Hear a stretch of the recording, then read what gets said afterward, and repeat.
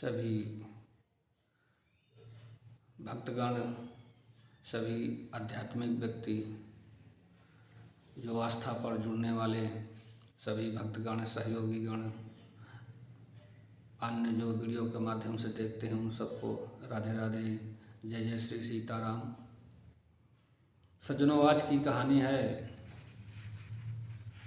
प्रभु श्री राम। कहानी का नाम है रावण का विभीषण पर शक्ति चलाना, प्रभु राम ने वो शक्ति अपने ऊपर लेना। तो ये भगवान की लीला रूपी कहानी है, मानस रूपी ग्रंथ की कहानी है। तो आइए चलते हैं, बड़ा ही पवित्र ग्रंथ रामायण की कहानी। और कहानी से पहले भगवान गणपति जी का वंदन कर लेना चाहिए। प्रथम पूजनीय गणपति जी। आइए गणेश जी का थोड़ा सा ध्यान करते हुए फिर मानस रूपी ज्ञान गंगा में गोता लगाते हुए आप तक पहुंचाने का प्रयत्न कर रहे हैं।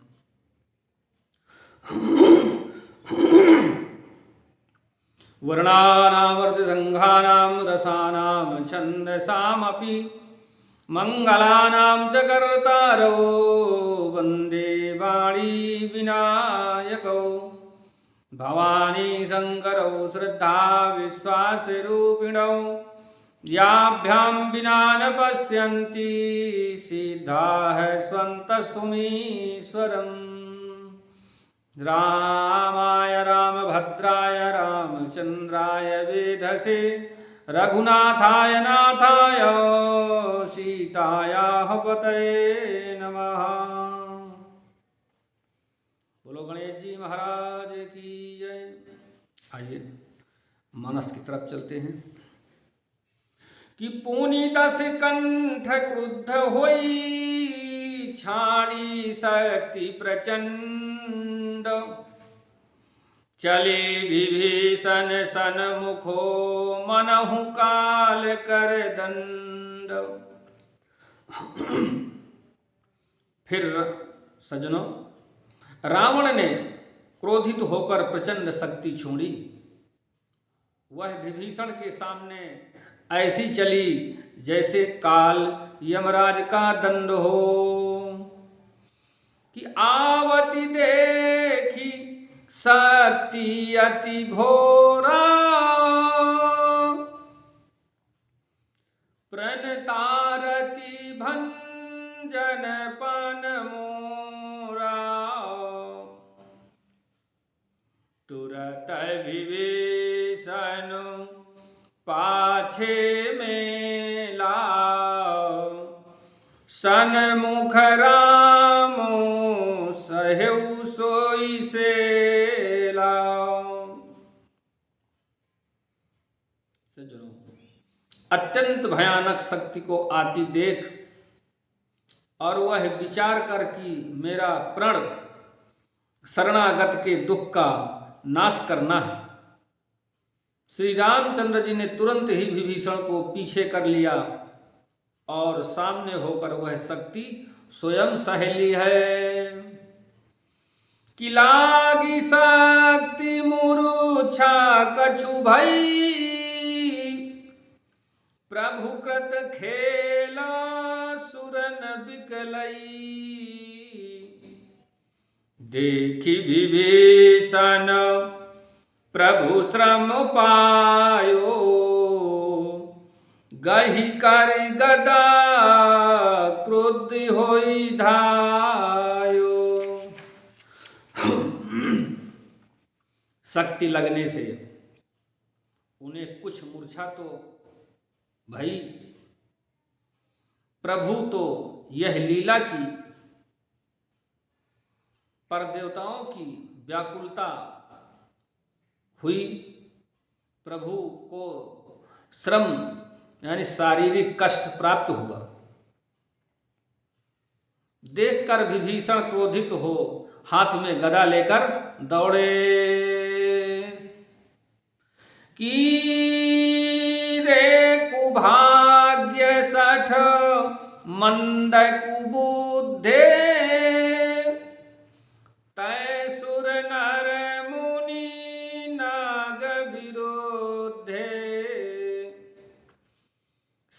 आदर शिव कहूँ शीस चढ़ाए, एक एक के कोटि न पाए। सज्जनों,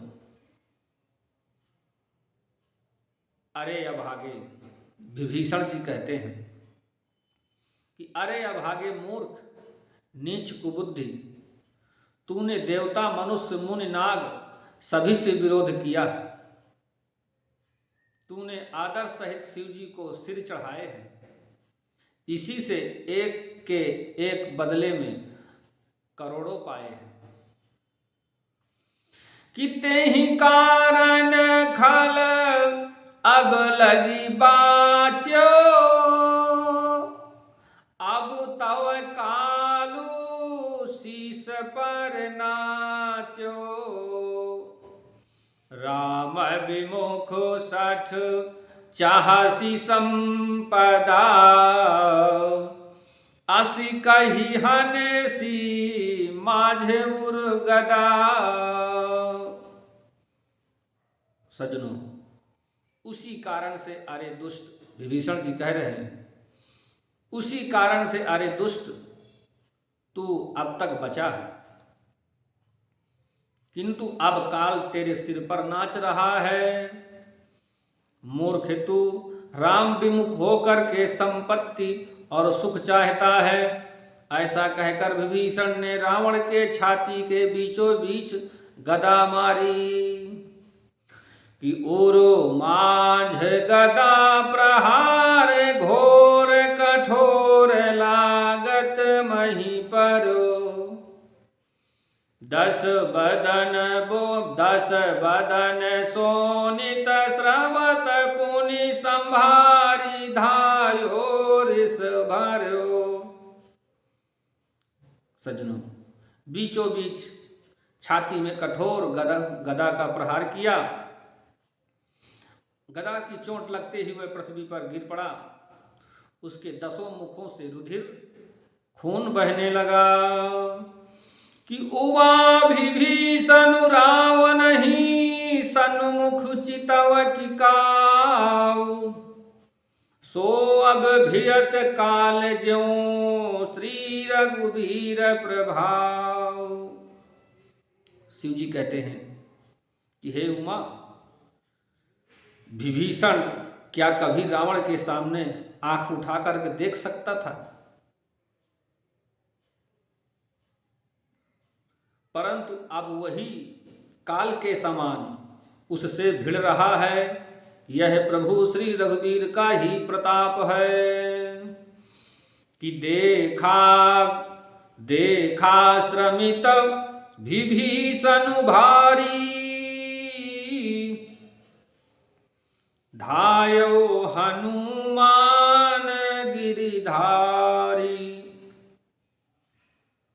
कि रथ तुरंग सारथी निपाता, हृदय माझते ही मार सिलाता। सज्जनों, विभीषण को बहुत ही थका हुआ देखकर हनुमान जी पर्वत धारण किए हुए दौड़े। उन्होंने उस पर्वत से रावण के रथ, घोड़े और सारथी का संहार कर डाला और उसके सीने पर लात मारी है कि ठाढ़ रहा अति कंपित गाता, गयऊ विभीषण जहाँ जन त्राता। पुनि रावण कपि हते उपचारी, चले वो गगन कपि पूछ पसारी। सज्जनों, रावण खड़ा रहा पर उसका शरीर अत्यंत कांपने लगा। विभीषण वहां गए जहां सेवकों के रक्षक श्री राम जी थे। फिर रावण ने ललकार कर हनुमान जी को मारा। वे पूंछ फैलाकर आकाश में चले गए। कि गहे सी पूछ कपि सहित उड़ाना, पुनि फिर भिरेऊ प्रबल हनुमान, कि लरत आकाश जुगल समझोधा, एक कहीं एक कुहनत करि जो क्रोधा। सज्जनों, रावण ने पूंछ पकड़ ली, हनुमान जी उसको साथ लिए हुए ऊपर उड़े, फिर लौटकर महाबलवान हनुमान जी उससे भिड़ गए। दोनों समान योद्धा आकाश में लड़ते हुए एक दूसरे को क्रोध करके मारने लगे। कि तब रघुवीर पचारे धाये कीस प्रचंड, कपिबल प्रबल देखते ही कीन प्रगट पाखंड। सज्जनों, तब श्री रघुवीर के ललकारने पर प्रचंड वीर बानर दौड़े। बानरों के प्रबल दल को देखकर रावण ने माया प्रकट कर ली है। सज्जनों, अब आज की कहानी यहीं तक। कहानी से समाप्त से पहले भगवान का थोड़ा सा नाम की संकीर्तन थोड़ा सा हो जाए। श्री राम जय राम।